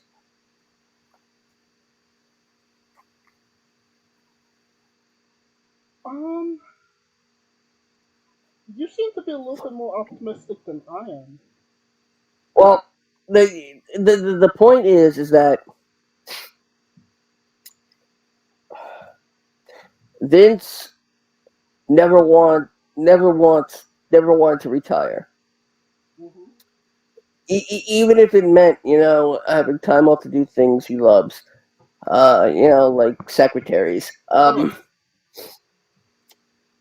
But now this means Vince will never retire. Vince now has a boss that will let him do whatever the fuck he wants. Now, unless something really major comes out regarding the Securities and Exchange Commissions that fucks this entire deal up, and $9.3 billion goes out the fucking window, these are dark days indeed. I mean, like, okay, what does this mean for the WWE Network? Is it going to be part of Disney Plus? Is it going to be part of Fox Nation? Does it mean more TV possibilities for where Raw and SmackDown and NXT end up? There's just so much to unpacking this, and it's just Bring back the fact that I can fast forward matches to specific matches on the network, I would be happy. I agree with you on that, but my fear is okay. Hopefully Vince, that Raw was the drizzling shit on Monday. And that was all Vince McMahon, and you can't tell me otherwise. That's my first fear, is that he's back in charge of WWE, and he thinks it's 2013, where the Doherty versus Daniel Bryan thing is still a thing, because that was what it seemed like was happening on Raw. The second thing I'm kind of scared of is that when Endeavor does get in charge, them just saying, sorry, that don't work for me, brother. Get rid of Vince, get rid of Triple H, get rid of anybody that ever had anything to do with WWE, and just reimagine everything WWE ever was, and making it into something that we, as fans, for me personally, have been watching for 20 years. You guys, obviously, longer. Make it into something that we don't, as fans, recognize anymore. And that is that's a little scary. That's not going to happen because Because if that was the case, they would have did that with UFC with Dana White.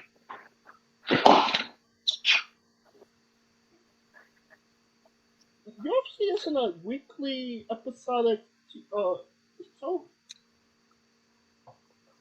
Actually, it is.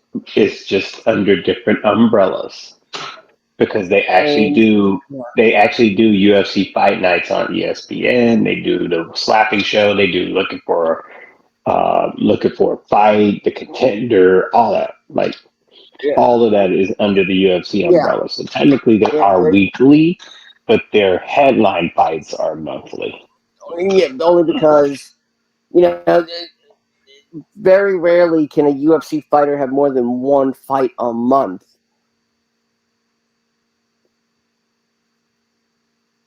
So what do you think that this means for WWE? Is it a good thing? Is it a bad thing?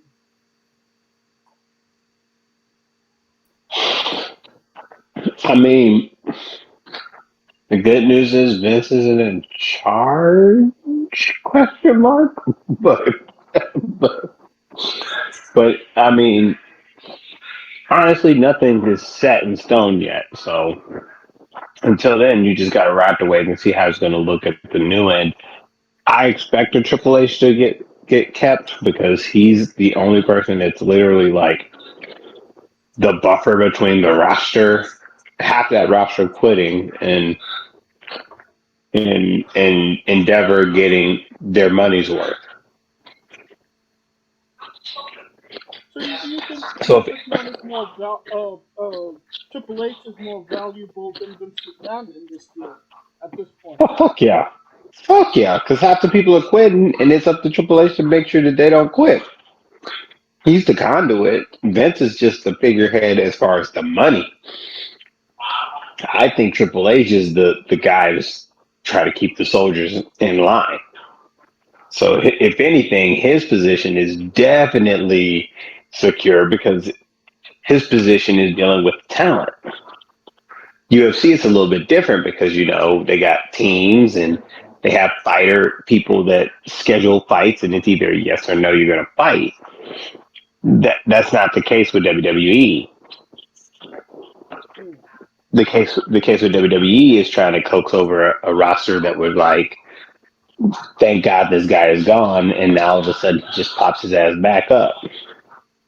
Not to mention Bailey might be gone from WWE. Oh, Bailey. And Drew McIntyre. Yeah. Now, this is where I kind of saw Stephanie's point because I told you it's not about the wrestlers, it's about the brand. The brand is the machine.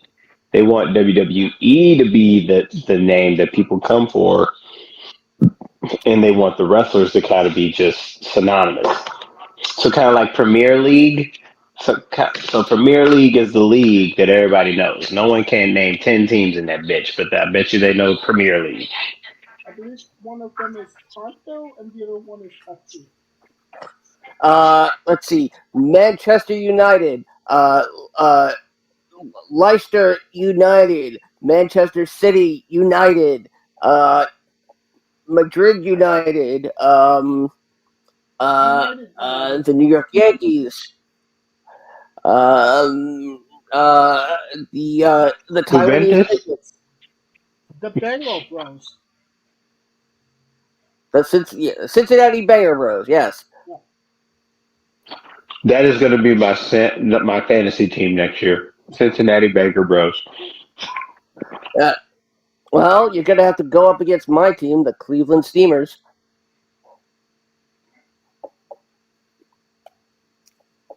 Is there anything anybody wants to say about WWE merging with Endeavor before we get out of here? When's the divorce? Kaliko? The casual fan is not going to care. The hardcore fan might be in too deep to care, but so what are we talking about? Unless it was like a mass exodus of talent and fans, it's not gonna mean much. And to WWE, getting sold to Endeavor, the only thing I have to say is, much before All Might. Alright, before we get out of here, now another quick word from our sponsor. Taxes. Meet with one of our experts who will.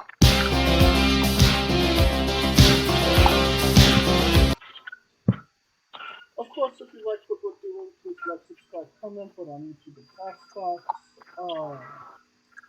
This was, of course, sponsored by Rogue Energy and 401 Coffee. Join us Tuesday and Wednesday, possibly. Will there be an interview? Won't there be an interview? Check out our Instagram and our Twitter at Wrestling with E for information on if we're interviewing somebody, links to those interviews and a hell of a lot more. Big congratulations to Billy Starks on making her AEW Rampage debut against Jake Cochran. I'm sure she was successful. Brother Greatness for being on Dynamite as well. So, congratulations to those two. You can follow me personally at JamesJ993. Where can they find Kaliko? Ooh, I'm Kaliko. You can see me trying to console my kid because John Cena lost and he lost his shit. And where can we find Scooter? As always, find me on Twitter at ScooterDust. Gotta give a big shout out to my boy Mike Rogers and Tom Rizzuto. Mike Rogers was conducting the orchestra during MJF Day, and my friend Tom Rizzuto was also part of that orchestra. I went to college with both of those men. Really, I'm so happy to see them literally on Dynamite at the UBS Arena. Keep an eye out for the future of the remix. That's still up in the air. And, of course, reveling all my Twitch antics along with Rico Constantino Jr. and the rest of the Smoking Dragons clan, twitch.tv/Smoking Dragons. Big crossover episode airing soon. For Kaliko Yachts and Scooter Dust, I'm James J, and this has been Wrestling with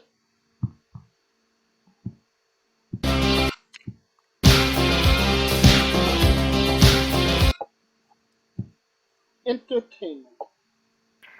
You can dance. You can dance. Everybody do the safety pants. Safety pants.